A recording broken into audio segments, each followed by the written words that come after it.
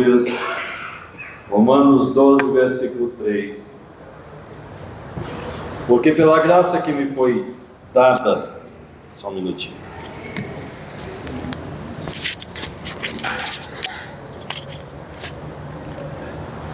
Porque pela graça que me foi dada, digo a cada um de vocês que não pense de si mesmo além do que convém. Pelo contrário, pense com moderação, segundo a medida da fé que repartiu a cada um. Porque assim como num só corpo temos muitos membros, mas nem todos os membros têm a mesma função, assim também nós, embora sejamos muitos, somos um só corpo em Cristo, e membros uns dos outros. Temos, porém, diferentes dons, segundo a graça que nos foi dada. Se é profecia, seja segundo a proporção da fé. Se é ministério, dediquemo-nos ao ministério. E o que ensina, dedique-se ao ensino. E o que exorta, faça-o com dedicação. E o que contribui, com generosidade. E o que preside, com zelo. Quem exerce misericórdia, com alegria. Podeis assentar. Eu tenho sido tocado muito pelos conceitos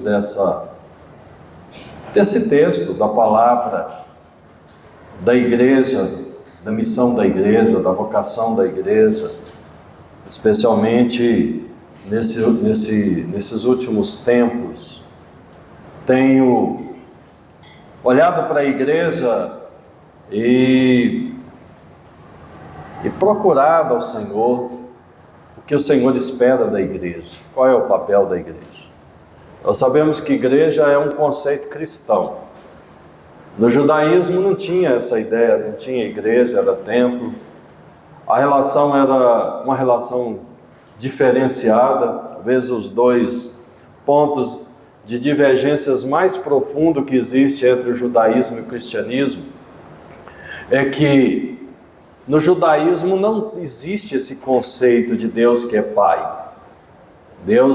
Chamar Deus de Pai é praticamente uma blasfêmia, porque Pai significa correlação, inclusive correlação genética, né?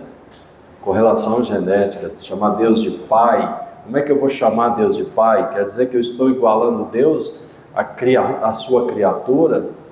Mas quando nós entendemos que na nossa relação espiritual com Deus, nós não somos mais criaturas. Nós somos filhos, gerados por Deus. Então esse foi um ponto de divergência extremamente grave entre Jesus e os fariseus, entre Jesus e os sacerdotes. Eles achavam uma abominação Jesus se dirigir a Deus e dizer: o Pai me enviou, nós queremos ver o Pai, né? Aí alguns ainda, bem, vamos entrar nessa vibe aí desse Jesus, então mostra-nos o Pai. Ele diz: quem vê a mim vê o Pai. Ficou pior, né? Porque ele está dizendo: quem está olhando para mim está vendo Deus, quem está vendo o Pai. E isso é tão profundo, mas tão impactante, que eles não conseguiam suportar. Para eles era blasfêmia. O segundo ponto é que a igreja é um ente coletivo chamado de corpo, o corpo de Cristo. Isso diverge profundamente de toda a relação que havia no judaísmo, no Antigo Testamento, no período dos profetas, no período dos juízes, ou no período sacerdotal da lei de Arão, da lei araônica, né, do Pentateuco. Diferia inclusive da correlação que Deus tinha com os patriarcas, com Noé, com Abraão, porque ora essa relação era extremamente pontual, né, particular. Deus se relacionava particularmente com um desses homens, alguns homens apenas, e depois tinha uma relação coletiva, uma relação muito genérica. E mesmo depois, já nos dias dos reis, né, quando estava estabelecido o altar de adoração, o altar de sacrifício, o templo, a tenda da congregação, ainda tinha essa bipolaridade. Ora era uma relação específica com um determinado personagem, ora era uma relação com toda a nação. Então eram essas coisas assim muito extremas.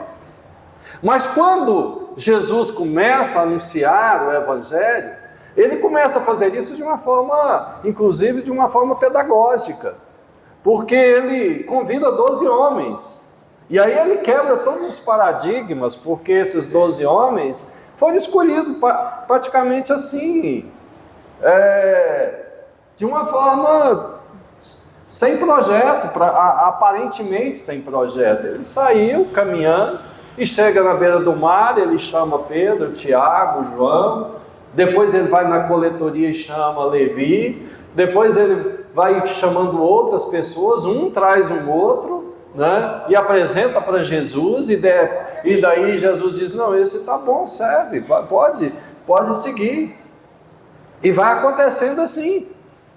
E essas pessoas, elas eram tão divergentes uns dos outros, tão conflitantes muitas vezes, as suas posições, as suas posturas de educação, sua formação, ao ponto de unir um zelote com um publicano, um cobrador de imposto. Então Jesus, ele tem uma coisa que é assim, olha, é possível construir a unidade de um corpo, com todas as diferenças, com todas as divergências. É possível construir algo funcional. Então esse é um aspecto importante do Evangelho de Cristo. Mas o outro aspecto era que o próprio Jesus queria se relacionar com um grupo de pessoas. Esse é um aspecto que a gente não pode perder de perspectiva. Porque Jesus, ele era filho de Deus, ele tinha uma relação com Deus. Então ele poderia muito bem seguir um ministério solo e falar com Deus e falar com as multidões, mas ele estabelece 12, e não era só 12, também tinha 70, também tinha 120, depois tinha um grupo maior, né? Então aparentemente há uma situação que tem um cerne que se expande de várias maneiras, e Jesus não somente se restringia àqueles chamados discípulos, os discípulos formais, os discípulos nominais, mas ele também se fazia acompanhar de algumas mulheres, e a Bíblia diz que essas mulheres serviam a Jesus, e muitas vezes servia com seus recursos, com suas finanças. E Jesus dá um exemplo que mostra que a igreja poderia incluir dentro dessa relação de corpo as pessoas de diversas origens. E quando finalmente a igreja se expande e sai do contexto judaico para ganhar o mundo, verdadeiramente o mundo, né? Aqueles que não são da descendência de Abraão, os gentios. Então esse evangelho tem agora uma perspectiva que inclusive assusta os próprios apóstolos. Assusta a tal ponto deles chamarem uma reunião e mandar chamar Pedro, porque Pedro, que era um dos principais cuidadosos em relação à questão da lei, né? Porque Pedro, ele era zelote, tinha sido zelote, e o Espírito do Senhor escolhe justamente esse Pedro para mandar ele à casa de um gentio, de um romano, de um centurião, de Cornélios, para lá ministrar o batismo com o Espírito Santo. E isso não somente assusta Pedro, como assusta os demais. E assusta a tal ponto deles convocarem Pedro e falar: Pedro, vem explicar esse negócio aqui para a gente. Mas o que dizer? Quando o Espírito é autônomo e é soberano, e é Ele mesmo que decidiu batizar aquelas pessoas, Ele mesmo decidiu selar. E o selo com o Espírito, ele era inquestionável. Como questionar? Como dizer que esta pessoa não faz parte da igreja de Cristo, se o Espírito Santo já selou ele, já chancelou, já disse, esse faz parte? Então, a partir dali, o apóstolo Paulo é chamado para cumprir uma comissão diferente, uma comissão que expande, e ele foi chamado para ser o apóstolo dos gentios. E o apóstolo Paulo então começa a trabalhar, e ele rapidamente começa a plantar igreja por onde quer que ele fosse. E onde ele planta uma igreja? Ele faz com que aquela igreja seja um corpo vivo, um corpo funcional. E nesse texto que nós lemos, eu já li esse texto pelo menos 2 vezes desse ano, pregando mensagem com conotação diferente, e nessa noite será também uma conotação diferente, porque eu quero que você entenda que eu e você, cada um aqui, cada um de vocês que estão aqui, somos como peças, pequenas peças de um grande quebra-cabeça. Somos partes, membros de um corpo, e o apóstolo Paulo diz que nós somos membros uns dos outros, parte do corpo de Cristo e membros uns dos outros. E se isso é assim, então uma igreja pode ser um corpo mais completo e pode ser um corpo mais limitado. Todos nós já conhecemos pessoas com limitações, pessoas que faltam mão, uma perna, um braço. Tem pessoas que faltam as 2 pernas e faltam os 2 braços. Tem um rapaz que grava muitos vídeos no YouTube que ele não tem nem perna e nem braço. Ele fica assim desse tamanho ali e ele ministra, ele dá inclusive palestras essas palestras de motivacionais, e é uma pessoa que não tem membros. Então é claro que é possível você ter vida, o corpo ter vida, faltando alguma parte funcional, faltando uma mão, por exemplo. É possível. Fácil não é. Porque cada membro que falta no corpo vai ser percebida a sua ausência. Mesmo que seja o dedinho mindinho, né? Você fala assim, esse dedinho aqui, parece que ele não tem muita utilidade, mas tira esse dedo. Amarra esse dedo, dobra ele de alguma forma que você vai ver que ele tem uma função. Ele está ali, não está ali por acaso. E o apóstolo Paulo, falando a respeito dessa utilidade de cada membro no corpo, ele fala assim: até aqueles membros que parecem ser os menos decorosos foram investidos de maior honra, para que nenhum membro se sinta pequeno, diminuído diante da função dos outros, né? Se nós olhamos para a boca e dizemos a boca é o membro mais excepcional do corpo, né? Porque sem a boca como é que eu vou comer? Mas aí nós entendemos que precisamos de outros membros, porque todos eles vão cooperar, né? As mãos vai trazer o alimento à boca, vai trazer o copo à boca, né? E então nós precisamos dela, conseguimos viver, mas não torna a vida muito difícil. Então eu preciso, dentro desta perspectiva, olhar para o corpo, aonde eu estou inserido. Aqui é o corpo de Cristo. Quantos entendem isso? Quantos percebem isso? Esse lugar aqui, né, é um corpo de Cristo. Por que um corpo de Cristo? Afinal de contas, quantos corpos Cristo tem? Todas as vezes que uma igreja se organiza de uma forma funcional, ela é um corpo. Amém? Não é que Cristo tem muitos corpos, mas a igreja, o corpo indivisível de Cristo, é um só. Mas ele está, né, localizado, né, ele está localizado nas várias partes, porque assim foi o projeto do próprio Senhor, que se estabelecesse dessa maneira. Então, quando falta algum ministério dentro da igreja local, aquela igreja local, aquele corpo está com uma deficiência. Algumas igrejas têm deficiência na palavra, outras têm deficiência no ministério, nos dons espirituais, na profecia, na visão, na revelação. Outras igrejas, outros corpos têm deficiência, igrejas têm deficiência no exercício da misericórdia, da compaixão. As pessoas ficam esquecidas, as pessoas ficam marginalizadas, porque falta aquele olhar da compaixão, aquele olhar que traz as pessoas, que acode. E então a gente percebe isso tão claro, tão nítido, quando a gente lê as cartas lá no Apocalipse, no capítulo 2, e quando a gente olha para a igreja de Éfeso, e há uma repreensão àquela igreja, porque o dom, né, a prática do dom, do amor, estava sendo deixada de lado. E a mensagem é: volta à prática do primeiro amor. Eu não sei qual que era a prática deles no primeiro amor, quer dizer, primeiro amor é aquele amor do conhecimento do Evangelho, quando eles se abraçaram à fé, quando a igreja foi plantada ali pelo apóstolo, quando a igreja foi plantada ali por Paulo, nas igrejas da Ásia, né? Paulo foi o plantador de igreja, juntamente com outros, mas principalmente Paulo, e ela diz: volta à prática do primeiro amor.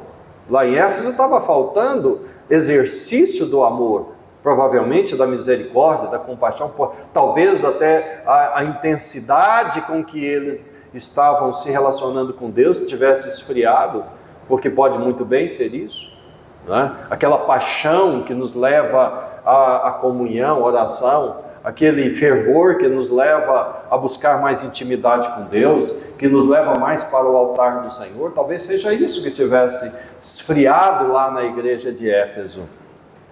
Mas o fato é que o corpo pode viver com a falta de alguns membros, sim ou não? O corpo pode viver sem uma mão, até mesmo sem as duas. Um corpo pode viver sem uma perna, até mesmo sem as duas pernas.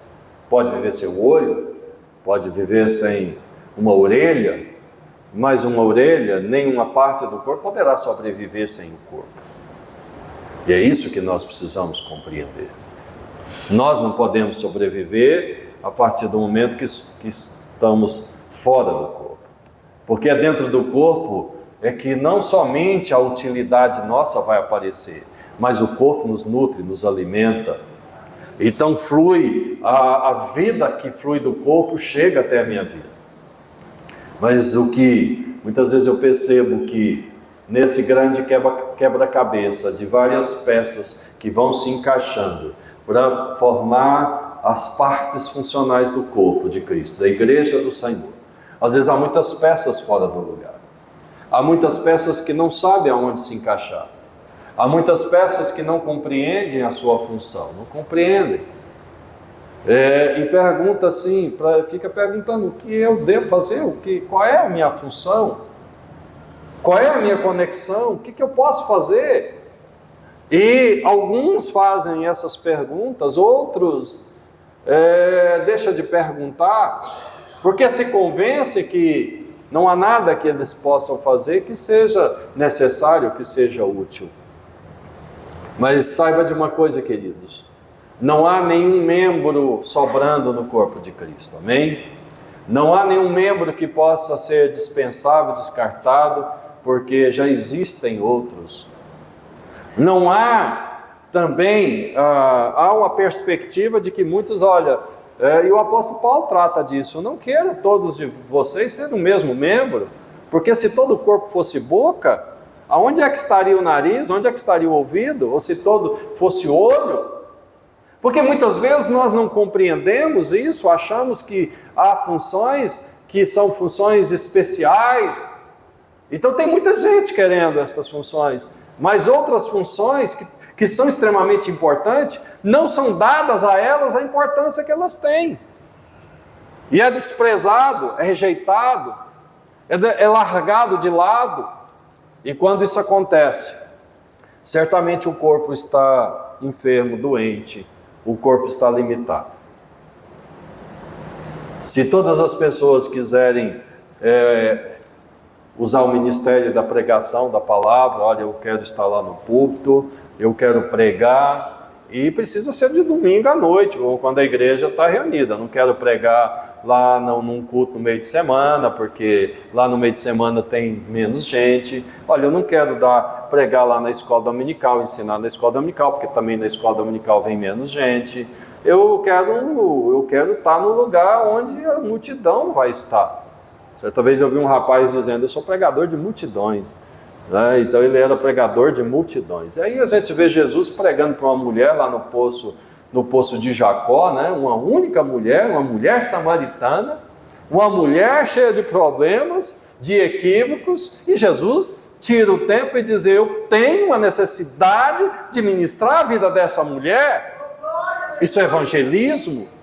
Então Jesus está dizendo, olha, eu posso falar a milhares de pessoas, porque havia milhares de pessoas lá na multiplicação do pão, mas também eu posso me dedicar especificamente a uma pessoa. Porque quando se salva uma pessoa, há uma festa lá nos céus, porque uma alma vale mais do que o mundo inteiro. E é interessante que Deus chama pessoas para ministérios específicos. Meu pai nunca foi um homem muito fluente, um grande pregador, era um homem muito simples, de pouco estudo, de pouca leitura. Então ele, assim, o púlpito parece que criava até um certo desconforto para ele. Mas o meu pai era um pregador pessoal por excelência. Ele era um ganhador de almas na pregação frente a frente de uma forma extraordinária. Ele tinha coragem de falar, ele tinha coragem de ministrar a palavra, ele tinha coragem de falar, vamos orar. E às vezes você pensa, meu pai é corajoso, esse homem aí, né? Esse homem não é nem católico, meu pai está, vamos orar aqui e tal. E ele não tinha vergonha. E ele ganhava muitas almas, porque ele era um evangelista. Ele era um evangelista. E meu pai passou a presidir uma igreja, construiu uma igreja, né, com seus recursos, com seu trabalho, com a sua dedicação. E sequer meu pai foi consagrado a pastor. Quando meu pai faleceu, ele era evangelista. Aliás, quando ele começou a construir essa igreja, ele era diácono. Ele era um diácono da igreja local. E ele sentiu no coração e disse, eu vou evangelizar o meu povo. E ele começou evangelizando esse povo, começou indo para as fazendas, começou indo para os lugares lá onde morava a família dele, e pregava para esse povo, e dirigia culto lá na porta, lá no terreiro da casa dos meus avós, lá na fazenda, e chamava os irmãos dele, e chamava os familiares dele, e pregava para esse povo. E depois ele diz, é preciso de mais. Então ele foi para a cidade lá da família deles, lá em Nova Veneza, e ganhou uma praça, ganhou um terreno público do prefeito. E o prefeito então doou metade do terreno para a igreja, e a outra metade passou a ser a Praça da Bíblia. Então a igreja de Nova Veneza é construída diante de uma praça, mas primeiro de uma praça chamada Praça da Bíblia. Primeiro a igreja, depois veio a Praça da Bíblia. Sabe, queridos? Então ele não olhava para isso. Eu não tenho título de pastor, eu não tenho título de missionário, então eu não vou fazer missões. Não, ele tinha chamada, ele tinha a comissão do Espírito Santo, então ele estava fazendo, ele estava atuando. Então eu preciso descobrir qual é o meu papel no corpo, sob pena de eu ficar inerte, sob pena de eu ficar de lado, ou sob pena também do corpo estar sofrendo uma limitação, exatamente por falta do meu talento. Porque o Senhor dá talentos e dons aos homens. O apóstolo Paulo diz que ele faz isso visando a edificação do corpo. Lá em Efésios, no capítulo 4, o apóstolo Paulo começa dizendo, primeiro o Senhor deu à igreja doutores, pastores, primeiro apóstolo, depois doutores, pastores e mestres. E cada uma destas pessoas, a atuação deles, a atuação conjunta deles, é para a edificação do corpo, para que vocês, para que deixem de ser crianças, levado por todo vento de doutrina. Olha só, então vem o apóstolo e prega o evangelho, né? Então Paulo está falando disso, ele diz, olha, eu fui apóstolo aí na terra de vocês, lá em Éfeso, eu preguei para vocês, eu plantei uma igreja aí, mas agora também precisa de doutores, precisa de mestres, para que vocês não sejam crianças, meninos, indoutos, enganados e sendo levados para todo vento de doutrina. E ele diz mais, para que a justa cooperação de todas as partes, produza a edificação do corpo, todas as partes. Então, a grande pergunta é, qual é a falta que o meu talento está provocando na igreja? Quando eu me cruzo os meus braços, quando eu me recuso a cumprir o chamado de Deus, quando eu me recuso a colocar o meu talento, o dom, em prática no corpo, o que deve estar faltando? Será que está faltando discipulado para alguém? Será que está faltando um músico aqui? Será que está faltando uma casa que se abre ali e convide os seus vizinhos para ouvir a mensagem do Evangelho? Ah, pastor, mas eu quero pregar no púlpito da igreja. Mas é para isso que o Espírito do Senhor está te chamando? Porque se for, há muito espaço para isso. Há espaço.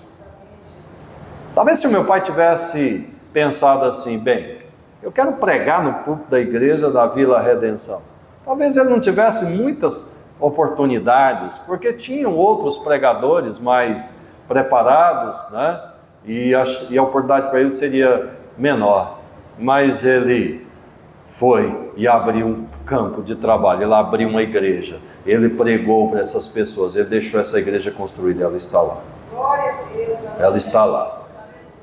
E ele amou aquele povo, ele cuidou daquele povo, ele exortou aquele povo, ele formou vidas, ele ganhou vidas. O pastor de lá, o pastor Sebastião, é filho de uma família que o meu pai ganhou para Jesus, e ganhou a família toda, pai, mãe, os irmãos, e ganhou esse pastor, e esse pastor foi o último a se converter dentro da família. Ele foi o último a se converter, os irmãos dele se converteram, as irmãs se converteram, e ele foi o último a decidir. Mas quando ele decidiu, rapidamente esse rapaz cresceu, porque ele tinha uma chamada, e ele seria pastor daquele povo, e ele é pastor daquele povo há mais de 30 anos, olha só, ele começou a pastorear a igreja em Nova Veneza antes de eu começar a pastorear aqui. Quando eu comecei a pastorear aqui, ele já estava pastoreando lá. Veja como Deus faz e como Deus age. E quantas vezes eu fui para aquela igreja para ser professor na escola bíblica dominical, ou eu fui lá para ajudar nos cultos de jovens, porque havia muito pouco jovem, e os jovens que tinham eram novos convertidos, e o meu pai falava, aí, vai lá, me dá uma ajuda, e eu olhava assim e pensava, puxa vida, eu vou sair da igreja domingo à noite, como eu gosto de estar domingo junto com os jovens da igreja, meus amigos, né? E agora eu vou lá para Nova Veneza, um lugar remoto, só tem uns cinco jovens dentro da igreja, 5, 6 jovens, uns meninos, meninas, adolescentes. Eu olhava assim, que missão difícil. Mas sabe de uma coisa, irmãos, eu nunca disse não. Eu nunca disse não. Primeiro porque, se o meu pai estava pedindo, é porque ele estava precisando. E depois eu sabia que, lá na Igreja da Redenção, quando eu me ausentava num fim de semana, tinha outros jovens já capacitados. Outros jovens que já estavam formados, outros jovens que já estavam em condição de exercer a liderança daquela juventude na minha ausência, quando eu estava ausente. E assim a igreja está edificada lá e há muitas vidas ali.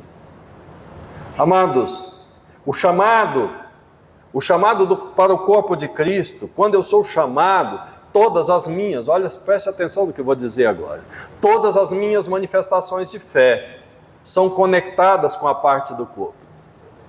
Ontem nós estávamos aqui num culto de jovens e adolescentes, e abre-se um parênteses aí, eu senti a ausência de muitos adolescentes e muitos jovens, muitos adolescentes, não sei por que motivo ontem faltaram, não sei. Faltaram. E veio um rapaz aqui pregar a convite do Israel, o nome daquele rapaz é Gabriel, e ele pregou uma mensagem extraordinária, como Deus usou aquele jovem. Um rapaz novinho, casou agora, está aí na casa dos seus 20 anos, 20 e alguma coisa, né? E Deus usou aquele jovem. E eu fico olhando para isso e penso, por que não estão todos os jovens, os adolescentes aqui? Porque quando você está no lugar que o Senhor te coloca, então se você é jovem, se você é adolescente, então você precisa estar no lugar que te cabe, o lugar que você se encaixa melhor dentro do corpo. Então você é uma força extraordinária, você dá uma coesão. Então você motiva outros jovens, você motiva outros adolescentes, você motiva o culto. E eu achei interessante que aquele rapaz não se desmotivou por estar assim, com o plenário menos cheio. Não é que não tinha um grupo bom, mas eu estou dizendo que poderia ser muito mais.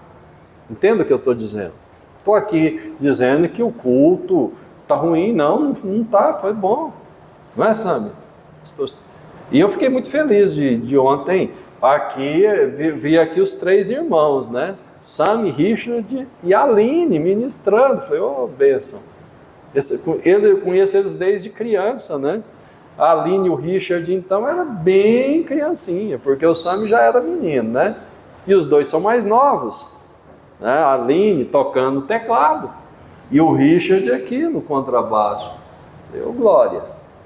As coisas estão caminhando, está funcionando, porque Deus vai movendo os corações.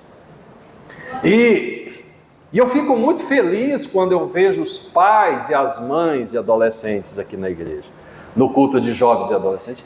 Quero pedir para se levantar todos os pais de jovens e adolescentes que assumiram aquele ministério chamado Pais e Mães Tutoras. Coloque de pé, é um ministério, viu, irmãos? É um ministério que alguns pais e mães de adolescentes estão abraçando, todos. Tem mais alguém? Cadê? Pais e mães. Tutores, é um ministério, está lá na escolinha, está lá embaixo. Está vendo esses pais? Eles entenderam. Pode sentar, por favor. Eles entenderam, estão atendendo a um chamado da igreja. A igreja olha a necessidade de ministérios e nós olhamos e eu entendi que havia uma lacuna muito importante que precisava ser preenchida aqui na igreja. Nós criamos nossos filhos na igreja, trazemos as nossas crianças para a igreja. Está ali o Wesley, a Débora trazendo seus bebês, as suas criancinhas. Eles vão crescer e nós queremos que eles continuem. Sim ou não? Vocês querem que as filhinhas de vocês continuem na igreja, depois que elas crescerem? Vocês também, Sinomar e Andréia, vocês querem? Nós queremos, não é assim? Nós queremos que as nossas crianças não se abortem do Evangelho quando eles passam pela adolescência.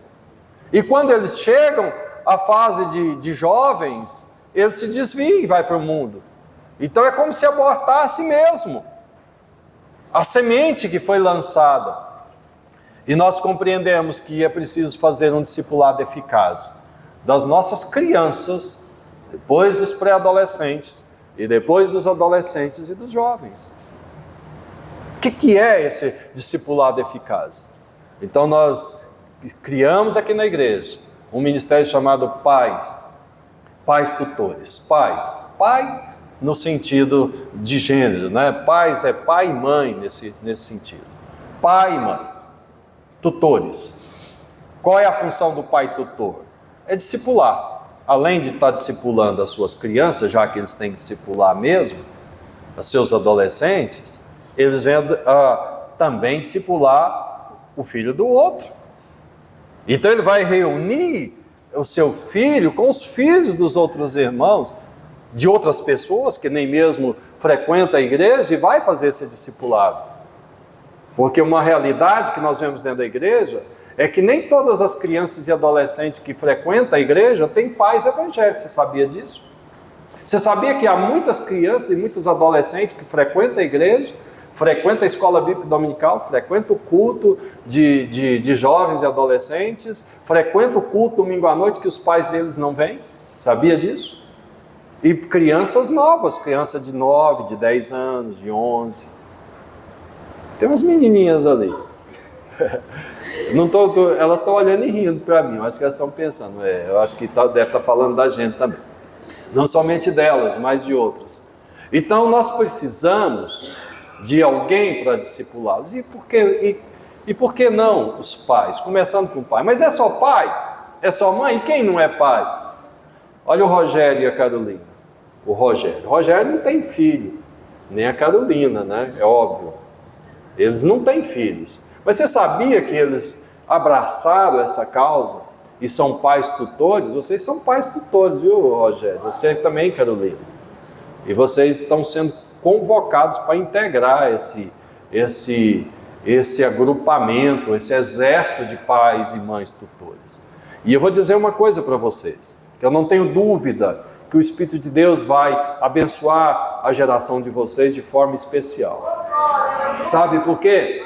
porque vocês já são pais de filhos de outras pessoas antes de ser pais dos filhos de vocês.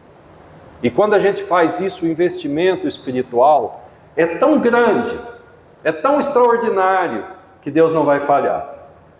Jamais vai falhar com aquilo que Ele promete.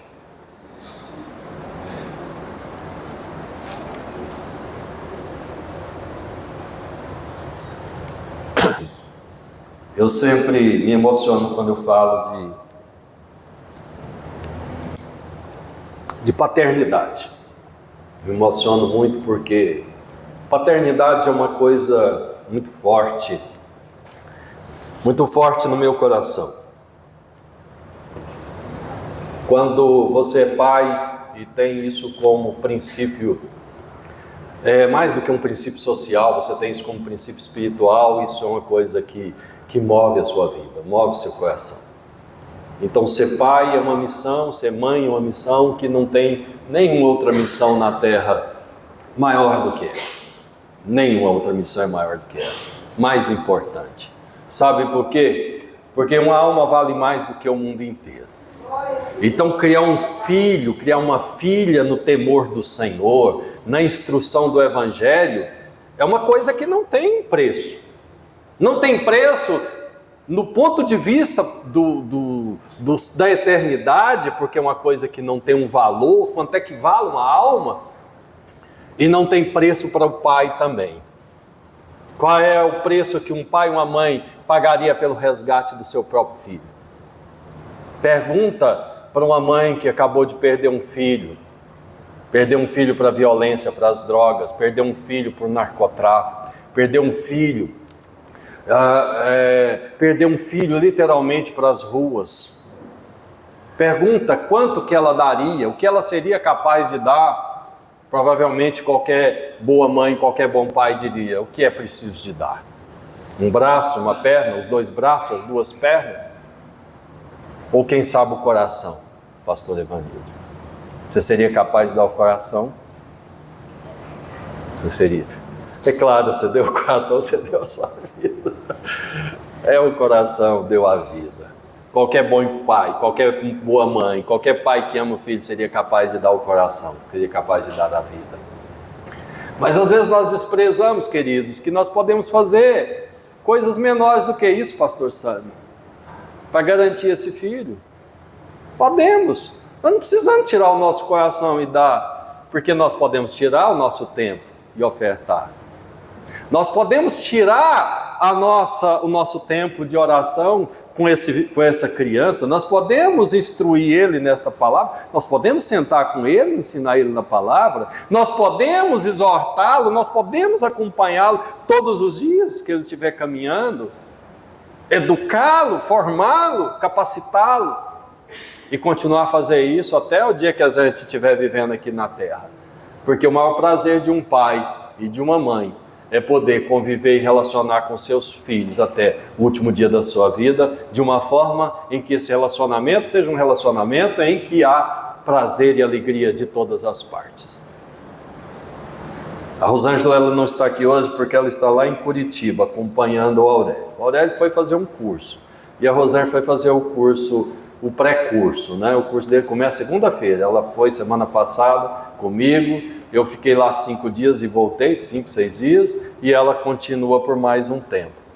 Aí as pessoas ficam olhando, mas como? Às vezes eu ligo para ela parece que está mais assim, mais estressada do que ele, com tantas coisas, tem que fazer isso, tem que fazer aquilo. E hoje eu fiquei pensando, mas o Rosângela está dando tão pouca atenção para a nossa conversa, né?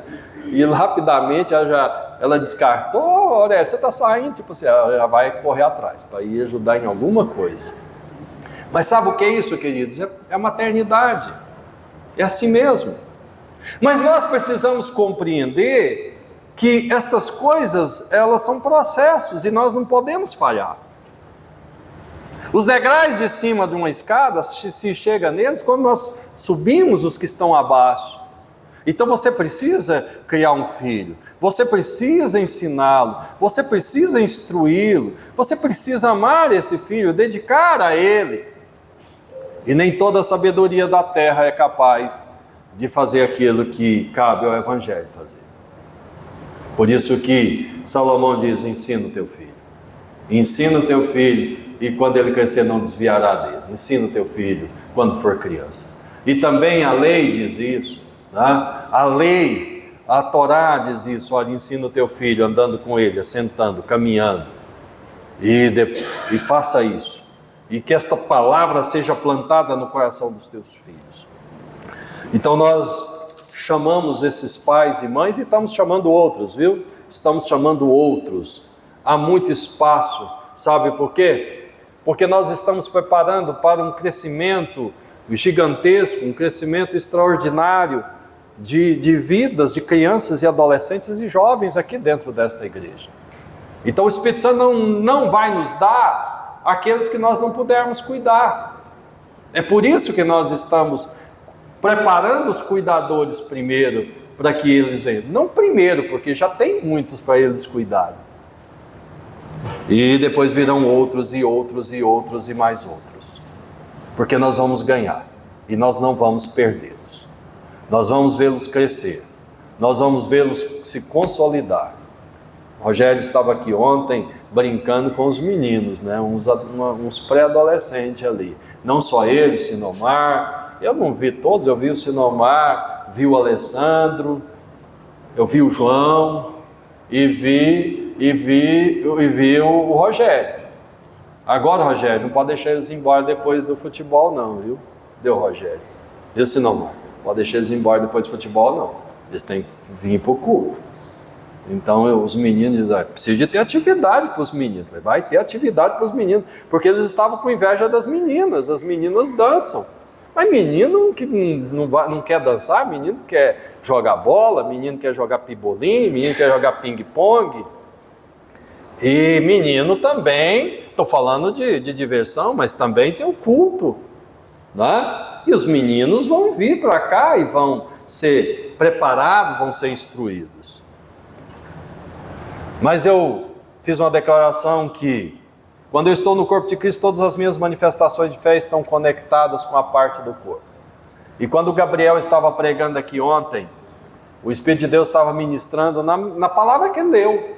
O Gabriel leu Mateus capítulo 6, a oração que Jesus ensinou os discípulos, Senhor, nos ensina a orar. E aí ele leu aqui, e quando ele estava lendo esta oração, o Espírito do Senhor estava ministrando no meu coração. Estava ministrando exatamente a perspectiva que Jesus tem da igreja como corpo. Eu quero fazer uma oração, segundo o pastor Ailton, a oração do Pai Nosso, dizendo assim, preste atenção: portanto vós orareis assim: Pai meu, que estás no céu, santificado seja o teu nome, venha a mim o teu reino, seja feita a tua vontade, assim na terra como no céu. O meu pão de cada dia me dá hoje, e perdoa as minhas dívidas, assim como eu tenho perdoado os meus devedores. Olha, irmãos, eu criei uma nova versão da oração, não do Pai Nosso, mas do Pai Meu. Amém? Porque a oração é do Pai Nosso. Então a palavra nosso aparece em todas as sentenças, em todos os aspectos, porque não são simplesmente sentenças, mas são princípios. Não há como eu declarar a minha posição de filho em Deus, sem declarar também a posição dos meus irmãos. Por isso que é o Pai Nosso, não é somente o meu pai, mas é o meu pai, é o pai do Sinomar, é o pai da Andréia. Então, quando eu estou reverenciando ele como pai, eu também estou reconhecendo a sua posição, Andréia, estou reconhecendo a sua posição, Sinomar. Não somente a sua posição em Deus, mas a sua posição comigo, porque nós somos irmãos. Você compreende isso? Então é uma oração que ela verticaliza a relação, mas ela também horizontaliza. Porque eu faço uma declaração que eu sou seu irmão. E isso precisa mexer comigo. Porque como é que eu posso olhar para você sendo meu irmão e não me preocupar? Como é que eu posso pedir pão para mim sem pensar se há falta de pão lá na sua casa? Como é que eu posso orar para que o Senhor sare as minhas enfermidades e não atentar que você está doente também? Como é que eu posso colocar a minha cabeça no travesseiro e falar que noite maravilhosa é essa e não preocupar que tem um irmão que naquela noite está no hospital, está na UTI e que tem uma família que está sofrendo, e eu não parar para me preocupar e não parar para interceder e dizer: Senhor, visita lá o meu irmão, visita ele lá na UTI, visita o filhinho dele, a filhinha que está enferma agora, aquele pai que está angustiado, aquela mãe que está aflita, visita ela. E isso é corpo, isso é conexão.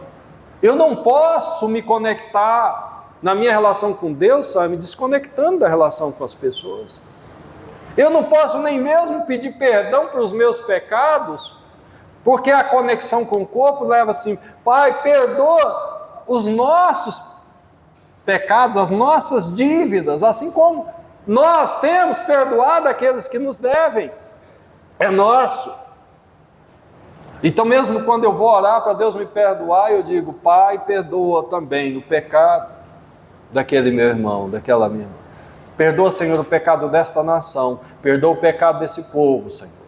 Sabe, quando a gente olha a situação, Neemias estava num palácio, ele era homem bem posicionado dentro do governo daquele imperador, né? E chega a notícia que os irmãos dele lá na Judéia estavam em grande aflição. A Bíblia diz que ele se entristece, que ele chora e que ele fica sem comer e ele fica em jejum, porque o coração dele se condoeu pelo povo. Provavelmente um povo que ele nem conhecia, um povo que ele nem sabia exatamente quem era. Talvez ele tenha sido levado ainda criança. E ele já era o final daquele período de 70 anos. E ele pede para que pudesse intervir.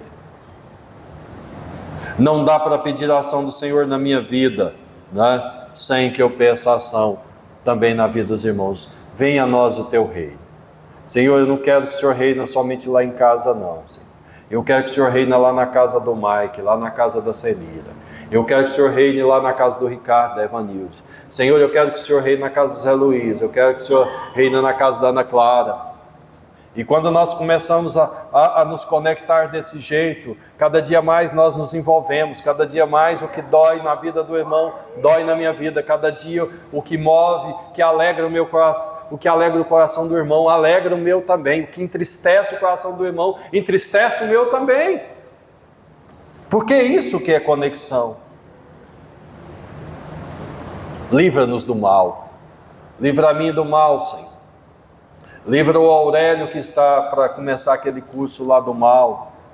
Livra, Senhor, o sobrinho da Alexandra do mal. Esses dias a Alexandra pediu por um sobrinho de 24 anos, um rapaz. E nós estamos orando por esse rapaz desde então. Nós estamos orando pela Amanda, desde que ela disse assim: ora por mim.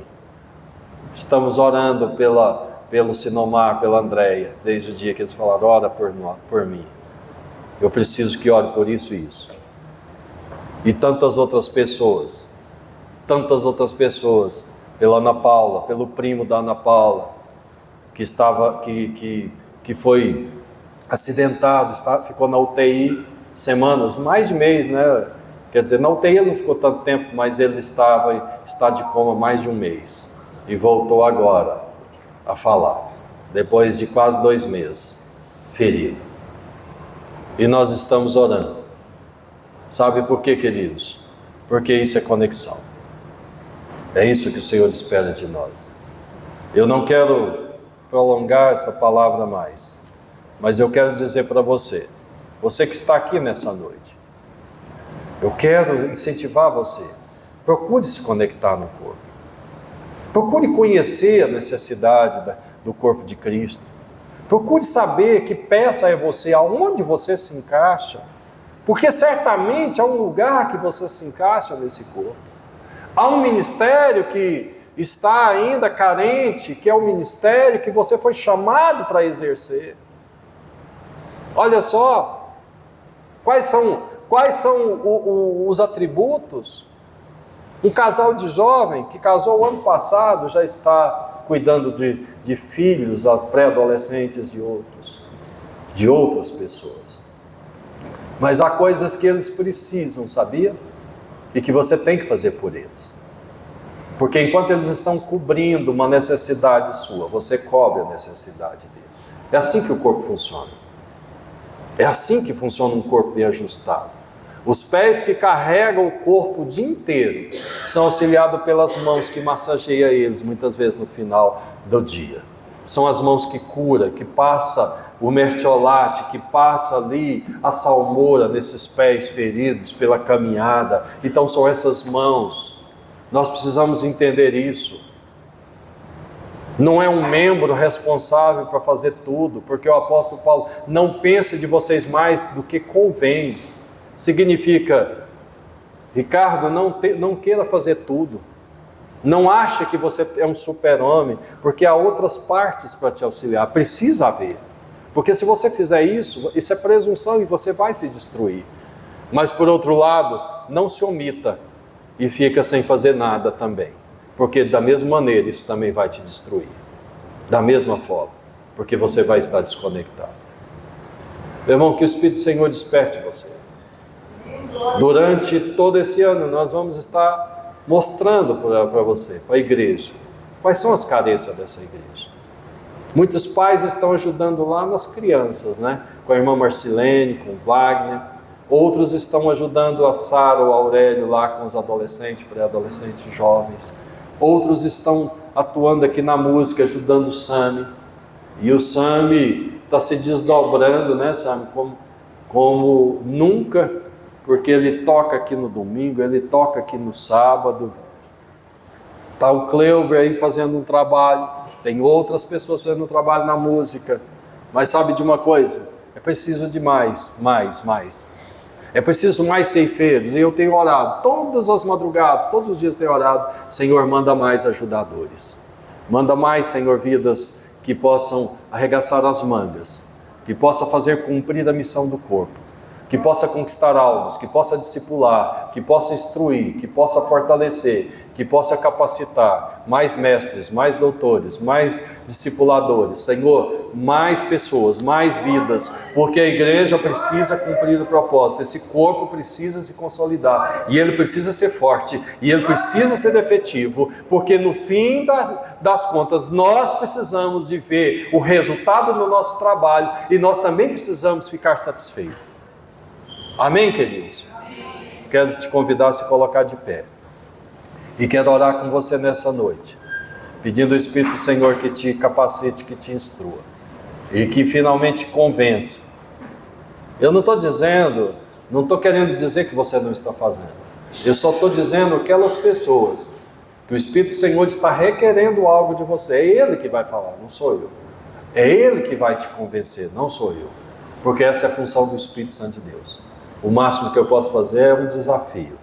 Mas a resposta é entre você e Deus, é entre você e o Espírito do Senhor, porque Ele é o dono do time, é Ele que edifica a igreja, é Ele que distribui dons, porque o apóstolo Paulo diz que Ele distribui dons visando o fim proveitoso do corpo da igreja, é Ele que te dá o dom, mas Ele diz, pode pedir, pede profecia, pede, porque é um dom maravilhoso, então peça o dom. Peça que Ele te capacita. Você quer ser músico? Peça então que o Senhor te dê capacitação para a música. Você quer ser pregador da palavra? Diga, Espírito Santo, eu quero pregar a palavra. Você quer ensinar? Você quer ser mestre? Peça a Ele, mas vai estudar também, viu? Vai estudar. Porque é assim que você vai conseguir ser mestre e doutor, estudando a palavra, meditando nela, dia e noite. Quer ser músico? Vai estudar música, instrumento. Pega um mestre da guitarra, do contrabaixo, da bateria e aprende. Faz igual o menininho lá do Márcio, né? da Rayane. Daquele tamanhozinho já tem até uma violinha. E ele fica ali. Se deixar, ele toma conta daquela bateria, toma conta do... Sabe por quê? Porque ele tem entusiasmo. Ele quer. Que cada um de nós possamos ser igual àquela criança. Olhar para algo que move o nosso coração, do ponto de vista espiritual, e dizer: Senhor, é isso que eu quero. Eu quero isso. Eu quero isso para a minha vida. Quero orar. Feche os seus olhos. Coloca a mão assim no seu coração, porque é aí que o Espírito do Senhor precisa te convencer. O Espírito Santo de Deus convence o coração deste teu filho, desta tua filha. O Espírito Santo de Deus toca profundamente. Fala, Senhor. Produza, Senhor, renovo. Produza alegria, Senhor. Produza motivação, Senhor. Convence. Mostra a esse teu filho, a tua filha, qual é o seu papel, qual é a sua missão, qual é a sua função no reino. Mostra a esse teu filho, esta tua filha, Senhor, que há um espaço, que há uma missão maravilhosa no reino para ele cumprir, Senhor. E sobretudo mostra a perspectiva da glória, Senhor, da coroa de honra, da coroa de justiça e da coroa de glória que o Senhor dará a todos aqueles que amam o Senhor e amam a sua vida, a todos aqueles que esperam e a todos aqueles, Senhor, ó Deus, que têm o coração voltado para Ti. Fortalece agora, Senhor, ó Deus, cada pai, cada mãe, Senhor.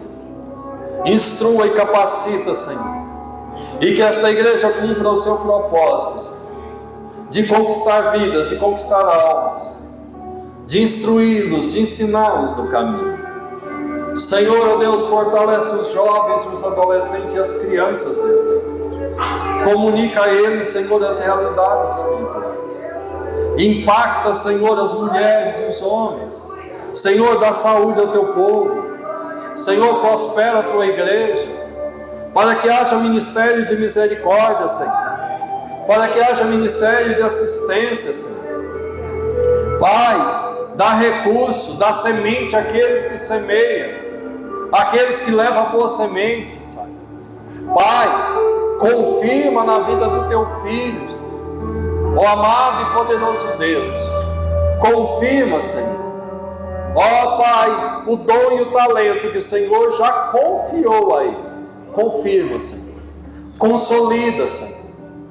E sobretudo eu peço que o Senhor sustenta ele. Sustenta no caminho, Senhor. Sustenta na missão do Evangelho. É aquilo que eu oro nesta noite. E eu te peço em nome de Jesus. Não há nenhuma semana que nós não somos procurados para acudir alguém. Hoje eu recebi um pedido de socorro para um missionário que está em Cabo Verde, na África. Sofreu um AVC. O tratamento hospitalar é caro. E o pastor que preside a missão mandou uma mensagem pedindo para a gente dar uma contribuição. Eu dei uma ajuda em nome da igreja. E assim acontece praticamente todas as semanas. Todas as semanas. Então saiba de uma coisa, queridos. Deus nos deu, mas Deus também nos deu para repartir, amém? Deus abençoe. Quero chamar aqui o pastor Ricardo, o pastor Evanildo. Eles vão estar ministrando agora a consagração do bebezinho do Wesley e da Débora. Vou esperar, porque eu quero ver o rostinho bem de perto. Amém? Ah, é? A pastora disse que é muito fofo. É. Branquinha, branquinha, branquinha. Igual a mãe, né? Igual o pai também. Tá dormindo, tá... É linda realmente. Já tá de brinquinho. Parabéns. Parabéns, Wesley. Parabéns, Débora. Qual é o nome do bebezinho? Marina. Marina. Ô Marina, você é linda. Amém. Graças a Deus. Quem ama a família, quem ama a sua família, quem defende a família, o casamento, coloque-se de pé, vamos orar e consagrar essa criança. A palavra do Senhor diz aqui em Salmos 127. Se o Senhor não edificar a casa, em vão trabalham os que edificam. Se o Senhor não guardar a cidade, em vão vigia a sentinela. Será inútil levantar de madrugada, dormir tarde, comer o pão que conseguiram com tanto esforço. Aos seus amados ele dá a vitória. A herança do Senhor são seus filhos, e o fruto do ventre do seu galardão. Como flechas na mão do guerreiro, assim são os filhos da sua mocidade. Feliz o homem que enche dele a sua aljava. Não será envergonhado quando enfrentar os seus inimigos no tribunal.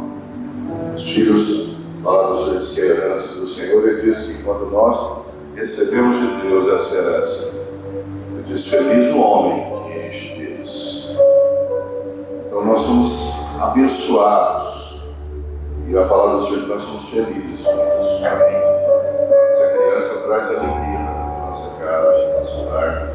É a comprovação de que Deus está abençoando a nossa família. O Wesley quer deixar uma palavra, quer até também contar de uma forma rápida o testemunho, aquilo que Deus realizou na vida da Marina. Foi exatamente um milagre, né? Deus realizou. Pai Senhor, vou tentar contar sem chorar. E toda vez que eu lembro, com 15 dias, na primeira semana já da Marina, ela gripou. A gente achou que era uma gripe, porque a irmã dela, a Laurinha, gripou e a gente achou que tinha pegado a gripe da Laura. Na verdade, ela pegou a gripe da Laura. E com 15 dias de vida, a Marina, a gente levou ela para um socorro, porque só para a gente ter certeza de que ela estava bem, porque já tinha muito tempo de gripe. E no pronto-socorro a gente não saiu mais, a gente ficou lá no hospital, porque foi constatado que ela estava com bronquiolite, que é uma doença viral e ataca os brônquios. E o caso dela era grave. Ela estava com os brônquios todos tomados pela secreção, o pulmão encheu de ar e eu não imaginava que era tão grave, porque ela estava mamando normal, ela não estava roxa, ela não estava com sinais de uma doença grave. E a partir dali começou uma série de procedimentos que eu considero uma tortura, mas eram procedimentos médicos com um bebê de 15 dias. E aí, o médico falando que tinha que ir para a UTI, a saturação tinha que subir, ela estava com a saturação muito baixa, de 65. Então, isso é baixíssimo, é considerado 80 já baixo, e ela estava saturando 65, batimento cardíaco muito baixo. E a única coisa que a médica virou para mim, meu esposo nem estava lá, ele estava estacionando o carro, foi muito rápido. Ela virou para mim e falou assim: você deu muita sorte, mãe, sua filha está viva ainda. Ela está muito baixa, a saturação está muito baixa. Ela não teve bronco aspirado, ela estava mamando normal, já é um milagre de Deus. E aí ficamos no hospital e começou ali uma guerra espiritual para que a gente pudesse, que a saturação dela subisse, para que ela não fosse para o UTI, para que ela não precisasse ser entubada. E graças a Deus, a igreja começou a orar e a saturação dela começou a subir, e aí a ideia de já UTI já foi descartada. E aí a gente ficou ali no hospital por 5 dias, mas a cada dia que passava a Marina melhorava e foi assim um pesadelo, mas ao mesmo tempo a melhor sensação da vida é você poder presenciar o milagre de Deus. Então, quem é mãe sabe como é sofrido esse momento, e você ouvir um estado tão grave, você olhar para sua filha e falar: Jesus, é tão pequenininha, né? Ela é tão pequenininha. E agradeço à igreja pelas orações, e estamos aqui hoje apresentando a Marina. Se Deus quiser, sem nenhuma sequela, porque a médica falou: tem que tratar, porque pode ser que desenvolva bronquite asmática, porque os brônquios ficaram muito inflamados.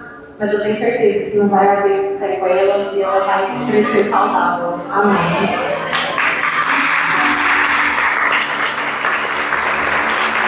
Glória a Deus. Senhor, levanta as suas mãos, Senhor, em nome de Jesus. Nós apresentamos a Marina no altar do Senhor. Nesse momento, ó Deus, nós, como igreja do Senhor, nós profetizamos saúde sobre a vida dela, saúde do corpo.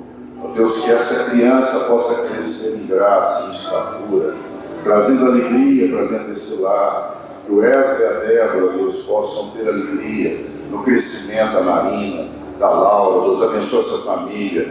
Nós, ó Deus, em especial, pedimos que o Senhor venha consagrar agora a vida da Marina no Senhor. Deus, nós entregamos ela para o Senhor, Deus, em nome de Jesus. Amém. Vamos louvar o Senhor. És fiel em todo o tempo, em todo o tempo tu és são. Todo foi muito tempo, eu cantarei na bondade de Deus. És fiel em todo o tempo, em todo o tempo tu és são. Não foi muito bem, eu cantarei a bondade de Deus. Cantarei a bondade de Deus. Cantarei a bondade de Deus.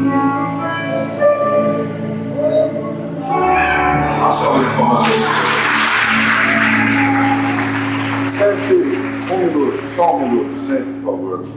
É rápido, nós já estamos encerrando. Quero chamar a André Sinomar aqui à frente. Vem aqui, por favor. Domingo que vem é o último dia para você fazer sua inscrição para o Dia da Família. Então nós vamos encerrar domingo que vem. Pode vir aqui.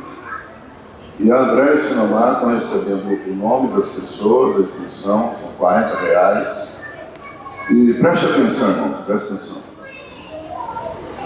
Quero falar algo aqui que tem... Eu nem ia falar, mas eu vou falar. Estou sentindo o Espírito de falar. Aí valeu, vê lá o que você vai falar. Não, mas é de Deus. Nós fazemos esse dia da família, é como se fosse um dia onde nós reservamos, nós, família, nós que amamos a família, nós que oramos pela família, nós que acreditamos no casamento e acreditamos que a família é um presente de Deus para nós. É um dia que nós reservamos para profetizar. Esse dia, nós estamos reservando para o Senhor. Nós, família, nós como família. E às vezes tem me incomodado uma situação que tem ocorrido nos anos e nos momentos que nós realizamos o Dia da Família. Quero deixar bem claro. Tá. Pode acender o sol, filho. Não? Posso falar. Não precisa mentir, não. Não, porque todo mundo já viu essas fotos. Isso.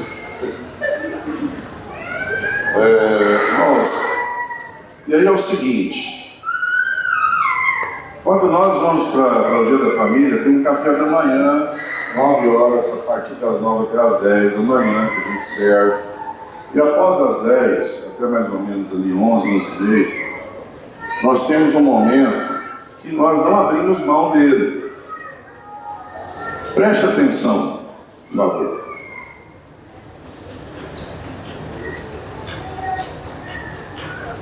E eu tenho percebido uma certa desorganização e desmobilização, no momento que nós reservamos para a questão espiritual.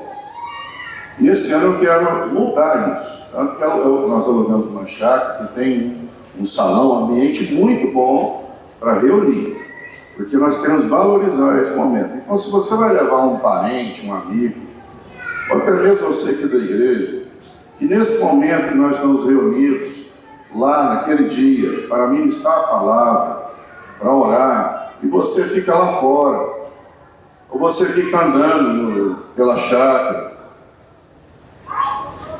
ou você leva um amigo, um parente, que tipo assim, eu não tenho nada a ver com isso, eu queria pedir para você não levar essa pessoa, ou você não ir, se você não acha que esse momento é importante, porque para nós é muito importante.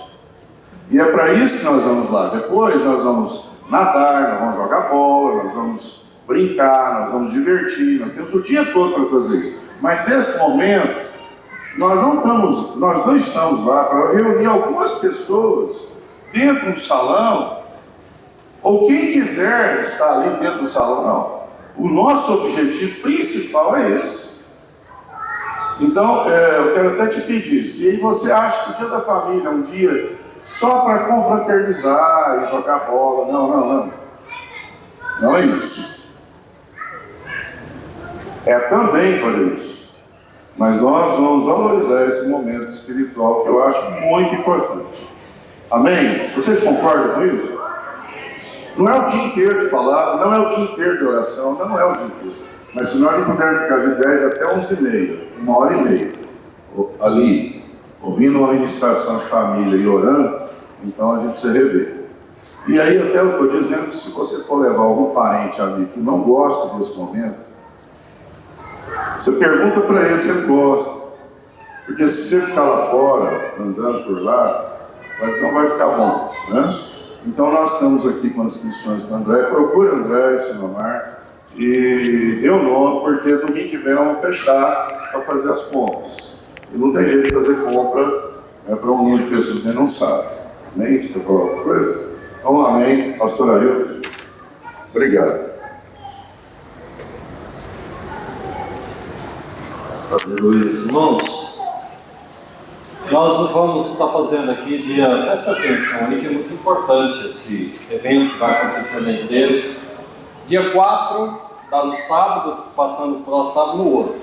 E dia 5, nós vamos ter aqui uma pré-conferência do CONAAD, que também está associada a um trabalho que nós estamos desenvolvendo com jovens da igreja, jovens e adolescentes, que é também um trabalho que a gente vai estar estendendo em outros momentos, com outras igrejas e de outros pastores que estão coligados conosco nesse trabalho, né? Igreja do setor universitário, pastor Olívio, convidamos a igreja do pastor Edivaldo, convidamos a igreja do pastor Altair, lá no Trindade. Então, no dia 4, a partir das 2 da tarde, no sábado, passando esse sábado no outro, daqui 14 dias. Então, nós teremos uma tarde onde haverá evangelismo, né? Haverá um período recreativo, lanche, depois haverá um culto, pastor Santo, um culto tremendo aqui, no sábado à noite. Esse evangelismo vai ser feito aqui, no entorno aqui da igreja. E é com os jovens, com os adolescentes, os pré-adolescentes e os pais e toda a igreja. Porque nós vamos convidá-los para os eventos que vai começar no sábado e vai até domingo. Quando é que vai encerrar? Domingo com o almoço. Então toda manhã de domingo vai ser uma manhã de ministração de palavra, de impacto mesmo espiritual, de ministração, de unção na vida das pessoas, especialmente dos nossos adolescentes, especialmente na vida dos nossos jovens. E é um evento que é uma pré-conferência do CONAAD. Então o pastor Carlos vai vir de Anápolis com a caravana de 2 ônibus. Ele falou que quer trazer 90 adolescentes e jovens. E nós vamos fazer uma festa aqui, vão ficar hospedados, eles vão dormir aqui no sábado. Inclusive eles vão jantar no sábado, vão almoçar no domingo. Então é um trabalho bem grande mesmo. E nós precisamos do apoio da igreja, não só dos adolescentes, não só dos jovens, mas nós precisamos da parte adulta também, porque nós vamos ter que absorver, nós vamos ter que cozinhar, nós vamos ter que assistir. Então se prepare, eu quero pedir vocês que coloquem na agenda, que não se esqueça desse evento, 4 e 5. Amém, queridos? Na quinta-feira nós terminou aquela campanha de 7 semanas de milagres, mas quinta-feira nós estaremos aqui na igreja pregando, ministrando e orando por milagres. Nós não vamos deixar de orar por milagre em nenhuma destas semanas, não só na quinta-feira, nós estamos orando por milagre durante todos os dias. E na quarta-feira nós estamos com aquela oração às 22 horas aqui na igreja. Então todos são convidados para estar orando aqui, quarta-feira às 22. Nós temos 2 pedidos de oração e eu quero colocar mais um pedido especial também, juntamente com esses aqui. A Cida, nossa irmã aqui do louvor, né, vocal aqui, ministra de louvor, está com febre e a garganta e com dor no corpo. Tá aí um surto de dengue, né, e uma gripe muito forte. Meu irmão, o Edivaldo, ele teve H1N1 e depois teve uma pneumonia, e então está muito sério isso aí. Depois a filha dele, né, também teve a H1N1, então foi assim, terrível, né? Eles passaram por isso há uns 10 dias atrás, 15 dias, a Isabela, né, o namorado da Isabela, então nós vamos estar orando. E a irmã Josilene, quantos irmãos conhecem a Josilene, esposa do irmão João? O irmão dela, Joaquim Júnior, que é um irmão caçula, ele está acidentado, está em estado grave na UAP. Ele sofreu um acidente e nós queremos orar pelo Joaquim Júnior. Amém, queridos? E eu quero pedir a vocês oração pelo Aurélio. Aurélio, antes de eu vir para cá, ele diz: pai, diga para a igreja que eu estou sentindo já muita falta deles, muita falta dos irmãos. Os irmãos conhecem o Aurélio e certamente ele queria estar aqui hoje, queria estar ontem. Perguntou: como é que foi o culto de jovens? Foi bênção, meu filho. E amanhã começa o curso dele. A partir de amanhã são 90 dias. Então são 90 dias que eu falei: Aurélio, você vai levantar todos os dias e vai consagrar e orar, se colocar na presença do Senhor. É um curso muito sério. E a gente tem uma preocupação, eu como pai, nós temos uma preocupação quanto à integridade física dele, né?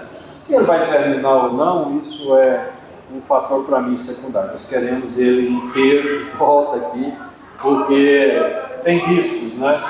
É um curso do BOP, do Batalhão de Operações Especiais, lá na Polícia do Paraná, está lá em Curitiba. E eu quero pedir você que ore pelo Aurélio, esteja intercedendo por ele, esteja colocando ele na presença do Senhor, cada dia desse, e nós vamos estar orando até o Aurélio retornar em segurança para a igreja. Amém? É irmão, é filho dessa igreja, e eu estou pedindo a você, certamente a Sara está pedindo também, que ore pelo Aurélio, pelo pastor dessa igreja. Amém? Vamos colocar de pé.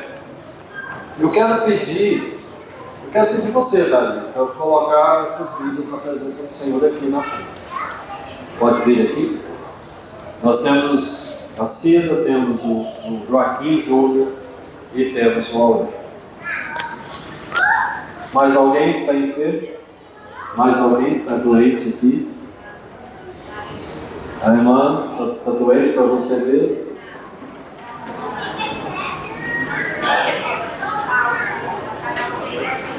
Vamos orar pela Valda, que está na UTI. Vamos orar pelo Eulismar, que ainda não saiu do hospital, que está recuperando, que é o primo da irmã Paula. Está operado tem 5 dias. Pastora Vanilda, você pode ungir essa criancinha aqui? Pode? Tem 5 dias que está operado. Tem alguém doente? Vem aqui, aproveita enquanto nós estamos orando, que nós vamos ungir você também. Amém. Feche os olhos, igreja. Então, vamos levantar as mãos, levantar esse clamor, profetizando a cura. Pai, no nome de Jesus, Pai, nós colocamos a vida da Cida, Pai, na Tua presença, a vida do Joaquim Júnior. Pai, nós como igreja do Senhor, pedimos que o Senhor visite, ó Pai, eles agora com poder. Nós declaramos, ó Pai, profetizamos a cura, a restauração, Senhor, completa, da saúde, da Cida e do Joaquim. Ó Deus, que eles sejam visitados e que a cura do Senhor, Deus, manifeste na vida deles, no nome de Jesus. Pai, nós profetizamos que o Senhor toque agora, Pai, e que toda enfermidade bata em retirada agora, na autoridade do nome de Jesus.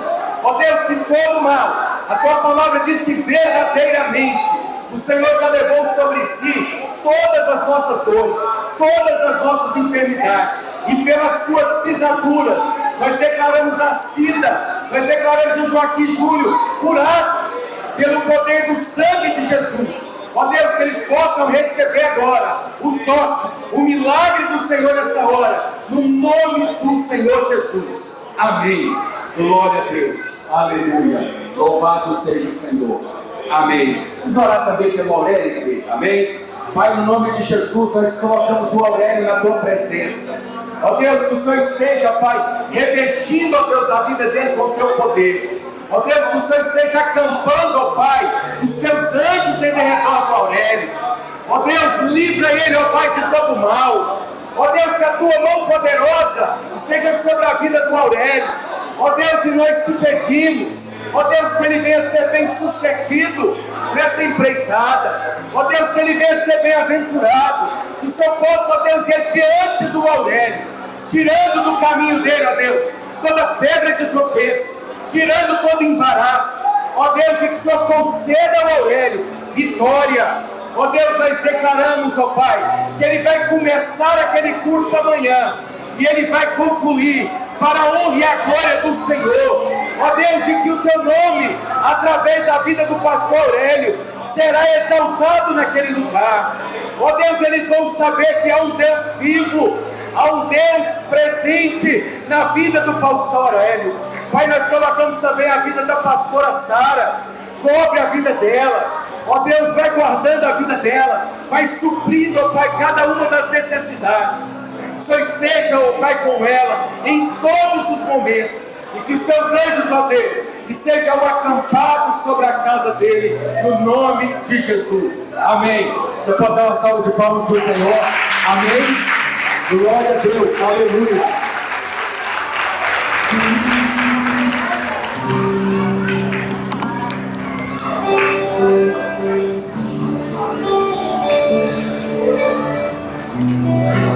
Amém, igreja? Vamos concluir. Se você quiser receber uma oração, pode vir aqui na frente, que os pastores vão estar orando. Feche seus olhos. Pai, nós Te louvamos, ó Deus. Te agradecemos pela Tua presença. Te agradecemos pela Tua palavra, Pai. Nós Te louvamos por cada família, por cada vida que o Senhor trouxe até aqui nessa noite. Pai, que nós possamos crescer como igreja do Senhor. Ó Deus, como corpo de Cristo. Ó Deus, em nome de Jesus. Pai, nós pedimos, ó Deus, que a Tua graça, ó Deus, que o Teu amor, que a Tua proteção esteja com a igreja do Senhor, hoje e sempre. Amém. Glória a Deus. Deus abençoe, Deus.